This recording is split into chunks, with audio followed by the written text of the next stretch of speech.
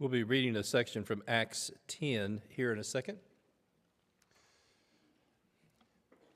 Haven't got to do this in a number of years, and so I don't know what the current custom is, but I loved high school track meets because, and we were in a small town and we had played the same guys, the whole time we were in school, but you have a lot of time just to visit and talk in between events. And you got to know guys from different places, and it was just a totally different atmosphere than a football game or a basketball game. But one of my favorite events was the next to the last event, and that was the mile run. And after 3 laps, anybody know what happens when the first guy starts the 4th lap? They call it the gun lap. And a guy would shoot a gun. One, we may not be allowed to do that today. 2, it's 1,500 meters, so I don't know if they still do that. But kind of the whole track meet kind of understood when you hear the gun, there's only 1 lap left. Well, at a certain stage of life, and this doesn't apply to all of us, but at a certain stage of life, we have crossed the continental divide and we have fewer days left than we have lived. But how we finish the gun lap, the last part of our lives, is as crucial as what we've done before. So today, we're going to start with Peter coming to teach Cornelius, and we'll look at how God is going to be working really in both of those men's lives. And again, we always have new people. Acts chapter 10 is a decade after Pentecost, and that's always easy to remember. And so the early church is born in the cradle of Judaism, and all the people up to this point, if they're not Jewish, like the Ethiopian, they have come to worship, they're reading the Old Testament, and Cornelius is the first one who is like most of us who are Gentiles who aren't Jews. And because this is such a, well, let me say it this way. When Peter said, "Whosoever will call upon the name of the Lord," he could never, at that point, 10 years earlier, have imagined baptizing Cornelius. Born in the cradle of Judaism, the first decade, the church is primarily Jewish. And today, and a part of why I think Luke does this both in chapter 10 and 11, is that this is kind of that major transition point, and we'll see this from the text. Remember, Jesus said, "Be my witnesses in Jerusalem, and then Judea and Samaria." And then when he says to the uttermost parts of the earth, I'm sure initially those apostles are thinking, we're going to go to synagogues, we're going to teach Jews in all these different countries. And it never occurred to them that God's plan and Jesus' ministry all along had been, and this is from the book of Revelation, every tribe, every tongue, every people, and every nation. And it's like anything else. If you just never done something, how do you understand that? One of our missionaries in the 70s was Pat Heil, and he worked way up in the hills in Guatemala. I can't pronounce it exactly correct, Quiché Indians, and these were just an Indian tribe, and a lot of them didn't even know Spanish. They were kind of an indigenous group of Indians, and they had worked there for a while, and he had come home for a trip, and one of them asked, "How did you get here?" And he starts explaining what it's like to fly in an airplane, and this person has never seen an airplane. By the time they got through, he said, I'm sure that this Indian thought, what has white man been smoking? If you've never seen an airplane and someone tries to tell you, well, you go down this ramp and you get on and you get in a seat and this thing takes off and flies.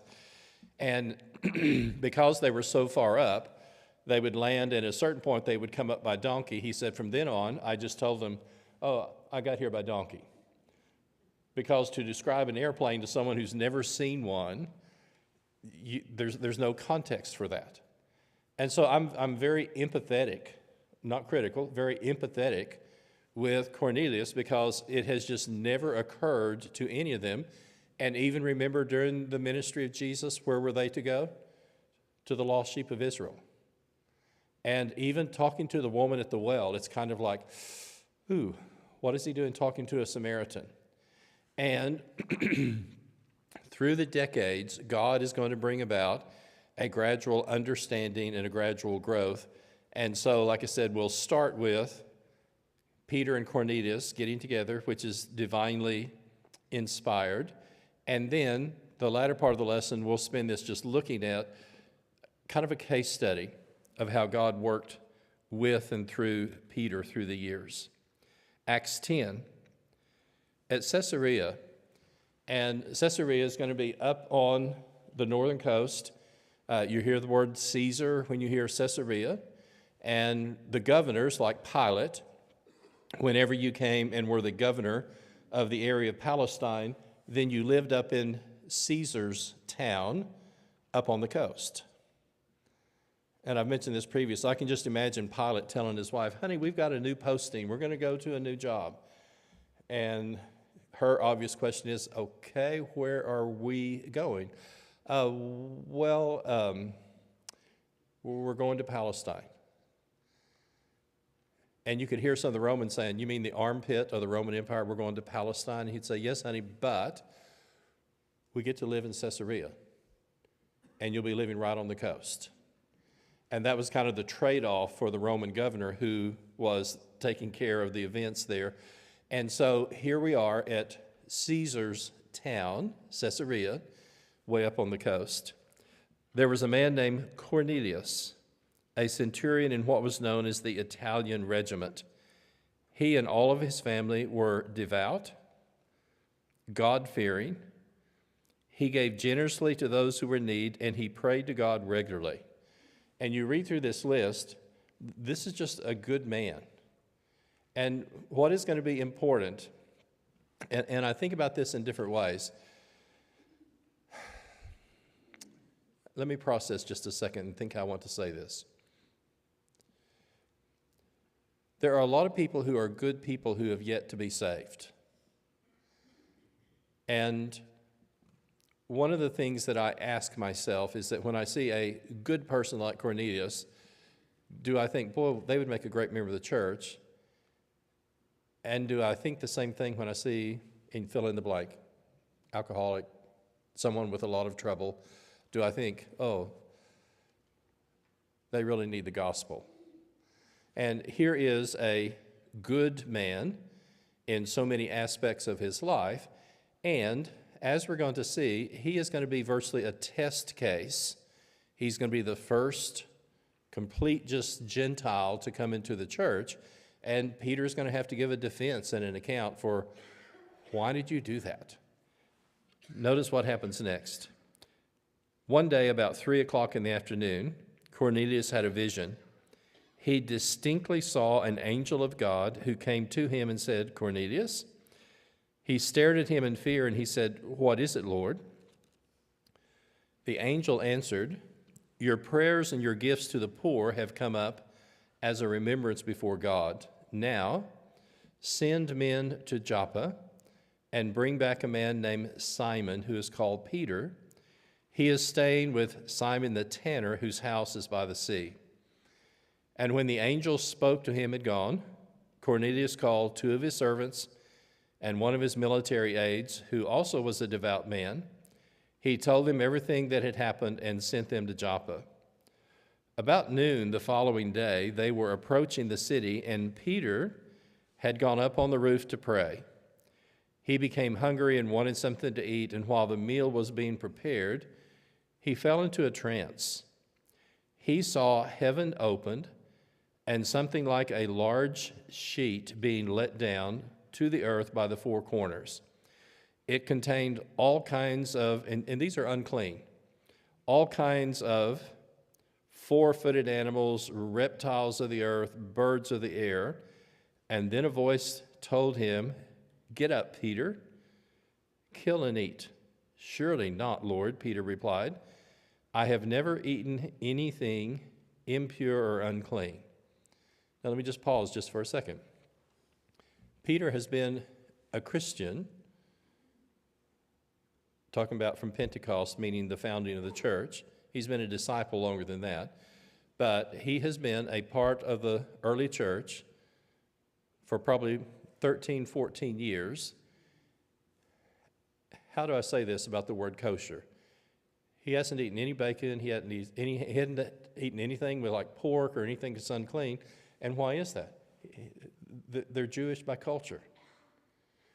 You wonder, could Christians even participate in the events of the Passover thinking of Jesus as the Passover lamb? That's all going to change after the 9th of August in 70 because the temple's going to be destroyed.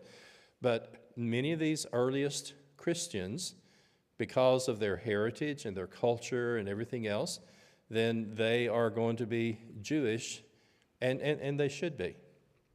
And this is why, and I just try to put myself in Peter's place, your skin would crawl.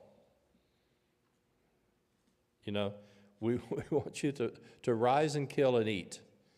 And all of these things are the things that from the time of Moses all the way through God's people have not touched, they've not eaten. And you can just see kind of this clash going on in Peter's mind and just thinking, I've not done this. Now, just anticipate something. After Cornelius is baptized and they explain this to the Jews, do you know what the criticism was? It wasn't that you baptized them. You went and ate with them. And just stop and think. Can I use our word kosher to kind of do context here? The reason, if I'm Jew, that I don't eat with a Gentile is that I have no idea where you bought this food from. Did you wash it properly? This meat, did you get this at the place where they have the animals who've been sacrificed to idols? And so just as a general rule, then Jews are not going to eat, and they will just kind of politely refuse and just anticipate something. What's going to happen when all of these people become Christians and we have a fellowship meal? I can just see it. Greg, don't eat the baked beans. There's bacon in it. And you know, if you're Jews, do you want to just bring your own little self-contained lunch and just eat what you brought? Because, you know, where did these Gentiles get this at? And see, no one had ever done this before the church. And it's one thing to preach to people, it's one thing for people to become Christians, and then when we become a church family and we start being in each other's homes and we start sharing meals and all this other stuff, I'm very empathetic again. You can just see these Jewish brethren getting the willies, just shuddering. Because all of their life they've been taught this is unclean. And so here's this vision, and all this stuff drops down, and he says, Lord, I have never touched this or eaten this. The voice spoke to him a second time. Do not call anything impure or unclean that God has made clean. And this happened 3 times, and immediately the sheet was taken up into heaven. And again, I'm empathetic. Peter was wondering about the meaning of the vision. Now, you just imagine you're hungry, they're fixing you something to eat, literally, and it will be kosher, it'll be something approved, and then you have this vision and you're just trying to think, what does this mean? Why would I be given this vision with these specific details in it? And this is one of the things I just want us to notice. Notice how the working in the hand of God is in so many things. Do you remember earlier? Philip, go down to Gaza, go down to the road and join yourself to this chariot. And then here's a man who probably has bought his personal copy of Isaiah while he's in Jerusalem, and he's reading Isaiah 53, and God brings these people together in order for this man to become a Christian. And again, this is just me. What happened when he got home? We don't know. Text doesn't tell us. But you just have to wonder. Here he is, and he's taught the gospel. He's obviously a spiritually minded man. And as we said, this may be a 3-month journey that he's taken by the time he gets south of Egypt and all the way back to where he actually lived. And yet, God brought them together so that he could hear the gospel. And God's about to do the same thing here. And yet, he is going to have to do as much preparation for Peter as he is for Cornelius. Because, like I said, the criticism, it's not that you baptize them.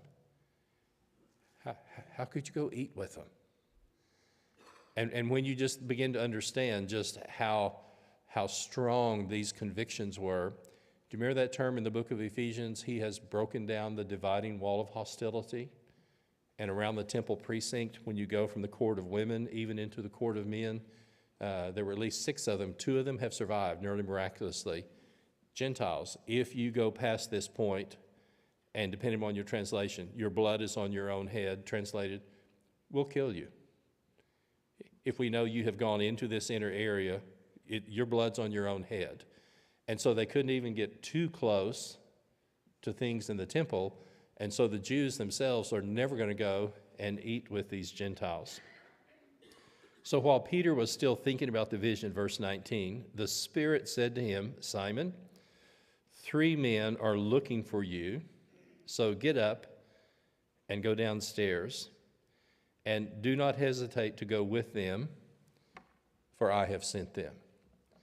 And so this is what I want us to cover in terms of getting us to the point of Peter about to have contact with this centurion. And when you look at centurions in the Roman army, these guys were the backbone of the Roman army.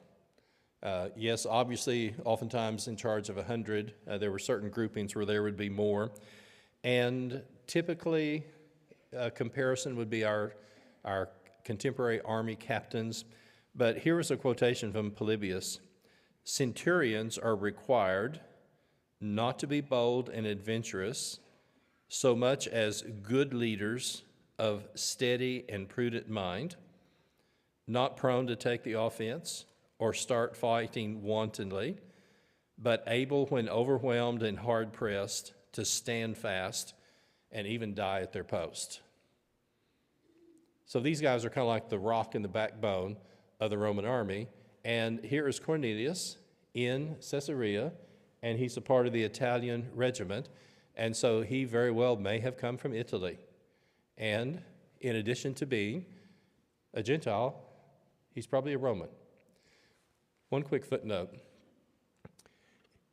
If I'm a non-Roman citizen, especially in the first century, if I enlist and serve in the Roman army, it was either 20 or 25 years, and assuming that I survive, then when I am discharged, I am a Roman citizen, and all of my descendants are Roman citizens. Thousands of men enlisted in the Roman army and took the risk even of their own lives, because you stop and think, you get all of these very specific privileges, citizenship has a whole group of things, even to the point there were certain taxes that Roman citizens didn't pay. And it was such an appealing opportunity that thousands of men enrolled. And when they were discharged as Roman citizens, then they typically would take one, we'd have the trinomen of the 3 names, then one of their 3 names would be one of their leaders that they had served under. And so here would be Greek name, and Julius. Greek name, Augustus. And that would become a part of their designation. And even when taxes were paid, because they had that Roman name, and then they could name their sons and grandsons with 3 Roman names, and that was a very appealing thing. Well, here is Cornelius. If he's from the Italian regiment, he's probably already a Roman citizen. And you look at additional barrier of something that would set him apart from the typical Jew. Can I use the term occupying force? Here's the guys who've been ruling the place. Pompey came into Judea in, I think it was 66 BC, with a peacekeeping force. And they never left. There wasn't a big war, wasn't a big fight. They just said, oh, we're going to come in and keep you guys from killing each other. And they just quietly took over Palestine and never left. And so when you look at this from just a Jewish patriotic point of view, then here is one of the oppressors, probably an Italian, and one of the military officers of this group. I just want to touch on this because I think things like this, at least for me, are very interesting. As you look at Luke Acts, there are 4 occasions where Luke will introduce a centurion at a very critical part of the story. And we're just going to touch on these and keep going. But the first one is in chapter 7 and verse 9. And this centurion sends people to Jesus. Lord, I'm not worthy to have you come under my roof. I'm a man of authority. I'll tell people to come and to go. If you will give the word, my servant will be healed. And what does Jesus say? I have not found such great faith in all of Israel. Who is the first non-Jewish person to confess the deity and the righteousness of Jesus? Centurion. At the foot of the cross, Matthew and Mark are going to say, surely this was the Son of God. Luke's going to say, surely this was a righteous man. He could say more than one thing, but the first just actual confession of the nature of Jesus through the crucifixion is a centurion. See what I'm saying? 2 occasions in the book of Luke. When you come to Acts, our first total Gentile Christian to be brought into the spiritual family is going to be Cornelius. And then they're on their way to Rome. Paul is in the care of a centurion named Julius. They're afraid, well, they know there's going to be a shipwreck, and the general plan was, well, let's kill the prisoners, and Julius preserves Paul's life. And when you look at Luke Acts, at very kind of critical parts of the narrative and the story, then centurions are a very important part of this. So as we're coming into chapter 10, working our way through the rest of the book of Acts, this statement, my witnesses to the ends of the earth. And within a short period of time after we have the conversion of Cornelius, then the gospel is going to be taken to Antioch. And again, here, non-Jews are going to hear the gospel. Gentiles and Greeks are brought into the church. And the first time we are called Christians is not in Jerusalem with a group who are only Jewish. The first time the disciples are called Christians is when you begin to have this bringing together of people of very diverse backgrounds to become a part of the Lord's church. So when you look at Cornelius, just look at these, and this is under the dotted line. Devout, and you could use synonyms for devout, which would include godly, pious, and reverent. And I just want to say it this way, and this will come out in a number of ways. God is oftentimes working with people and through people we've never met yet. And you think, remember when Jesus made the statement once, you're not far from the kingdom? Here's a man who has so many good qualities about him, but now that we're after the resurrection, ultimately, he and his family are going to need to be baptized to be saved, but he is a, can I use our term, spiritually minded person before Peter ever comes. He is also generous. He gave alms to the people, so he's a part of kind deeds, charitable giving, and he prayed continually to God.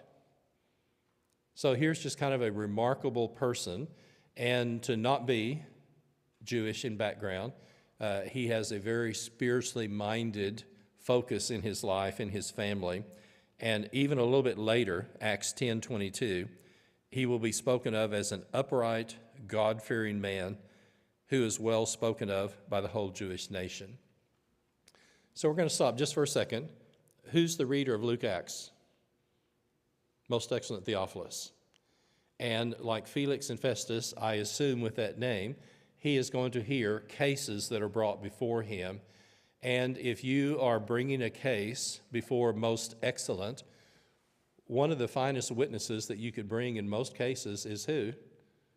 A centurion. And so at some point, and bear with me, I'm just stating the reality, it's kind of hard to say. How would you like to be the first of them compared to all these other people who are Jews? Can you use the word picky, picky, picky, picky, picky, picky, picky? You don't eat the right things. You don't do all. You're not one of us. You're not by birth, by circumcision, by covenant. You're not one of us. And it's going to take a certain amount of strength in order to be scrutinized as much as he's going to be scrutinized initially for becoming a Christian. Let's fast forward a little bit. Why did Paul have Timothy circumcised? Okay, his mother's a Jew, his dad's a Greek, he hasn't been circumcised. Why would you circumcise Timothy? If you're going to be bringing him with you into synagogue after synagogue after synagogue, do you want to fight that battle over and over and again? And let's just submit the boy to circumcision and have him to come over so he can be effective with us in teaching. On the other hand, you look at Titus, and these two guys were such an interesting study. Do you remember Paul said, I'm sorry, there are some people, this is the one verse in the Bible that they know. Drink a little wine for your stomach's sake. Okay, I've talked to people, and that's the only verse in the Bible. Well, they might know John 3:16, but one of the only verses that they know, doesn't it say somewhere about, yes, because of your frequent illnesses, you should drink a little, it's medicinal. Sorry, it's medicinal rather than recreational, but I have talked with people through the years that the one verse that they're convicted about is, the Bible says, drink a little wine for your stomach's sake. Well, timid Timothy, tough Titus. One of my good friends, defensive football coach for years and years, and he said, you can see it in those linebackers' eyes. They're just hoping that the play comes their direction. They just can't wait. And these two guys that Paul has, you have timid Timothy, and you're going to kind of protect him a little bit. Who are we going to leave on Crete with an island of liars and evil beasts and lazy gluttons? Titus. Who are we going to take to Jerusalem as a test case for Christianity? Titus. And in the same way, Cornelius and his family are the very first ones.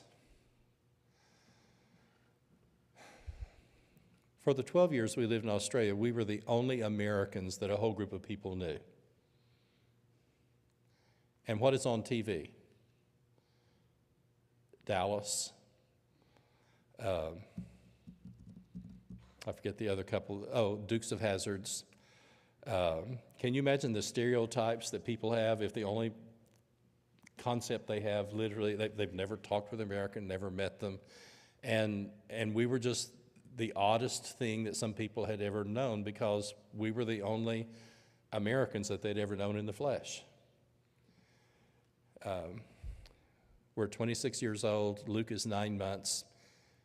Charlie and Debbie Powell come to make a visit. We're just in a new house. And the neighbors quickly decide, well, they're Mormons. They're Americans with short hair. They go to church, so they must be Mormons. And there's two couples in this house, so they must be committing polygamy. So I could walk and go get milk, and everybody in the neighborhood would either get in a car or go behind a hedge. I told Sheila, I said, this is like Moses parting the Red Sea. We can't even talk to any of our neighbors because they see us coming and they just disappear because the Mormons have moved in. Did you know they get together on Wednesday night and they sing songs on Wednesday night? They must be having a brainwashing service. And it took over 18 months to break the ice. Well, Cornelius is going to be the only one of his kind in the church. You're going to need a certain strength of character to endure the scrutiny and to make the transition to be a part of that. And so Cornelius is a very important person. I want us to look at Peter, and this will be on the next page. And for those who are listening, these will be very quick. But notice this. I'm with the ministry of Jesus for a second. Peter's going to go through the entire ministry of Jesus and not understand what it was about in reality. And I just listed these. You have a whole group of these. The Lamb of God, I will make you fishers of men. Peter says, you're Christ on this rock. Jesus is going to say, I'm going to build my church. But Jesus talks about being killed, and Peter starts rebuking him. And Peter's going to walk on water. Peter, James, and John are at the transfiguration. Lord, even if they all fall away, I will not fall away. And then very shortly, Jesus says, before the rooster crows, you'll deny me 3 times. Peter, when you have returned, strengthen the brethren. And you go through this whole list of things, and when Peter denies the Lord the 3rd time, the rooster crows. And even at the very end of the Gospel of John, Peter, do you love me? And all I want to say by just kind of looking through this, and you can kind of do this both in your mind and look at the verses, it's amazing that both God and Jesus are working with Peter, but after 3.5 years, he still doesn't understand the real depth of the plot of what the ministry of Jesus was about. When we come to the book of Acts, the process is going to continue. And yes, he says, whosoever will call upon the name of the Lord will be saved. And you just have a sense that he understands part, but he doesn't understand fully what's going on. If you look at the last page, many things the disciples didn't understand until Jesus was raised from the dead. And the idea of the church being open to all people was still something that they totally struggled with and they didn't understand for a long period of time. And so what God's going to do with Cornelius is that we're again making progress, we're going a little bit further, and what God is doing is that maybe 14 years after leave your nets and follow me, I'll make you fishers of men, God is still working in his life to help him to have a fuller understanding. But here's what I want you to notice. When you come to Galatians 2, which some will put at 49, some will put in the early 50s. So stop and think. We've been with Jesus 20 years. We're at Antioch, and Peter is fellowshipping with the Gentile Christians, and Jews come up from Jerusalem, and what does he do? He separates himself. And Paul says, I rebuked him to his face. And what I want you to see is that by the time we write 1st and 2nd Peter, and we now understand some things, God has been working in his life for over 30 years to get him to fully understand and comprehend the fullness of the gospel. And here's some things I just want you to think about. Peter's going to write to these people and urge them to follow and do the things that God wanted them to do. And if you look at the very back of the last page, the gospel they preached was the gospel that changed their lives. And you look at this, you have this happen with Job, you have this happen with Abraham, you have this happen with Daniel. And let me just say it this way. There may be some things that God is wanting to do in your life in your 70s that you weren't able to do spiritually when you were 17. And when we look at Peter, what we see is that in the latter part of his life, God is working to both refine him, to help him to grow in his understanding and his appreciation of the things that God really wanted him to do. And even though they didn't understand, God was still working with him. If you look toward the very bottom, and I just put dates on this, you see his call about 30, following Jesus, rebuke Jesus, the denial, Acts 2 about 33, Cornelius at 40, Galatians at 44 and 55, and here's 1st and 2nd Peter in the 60s. Some people spiritually, and let me say this kindly, but it's true, some people spiritually both retire from a job and retire spiritually from their growth as Christians. God doesn't want us to coast home.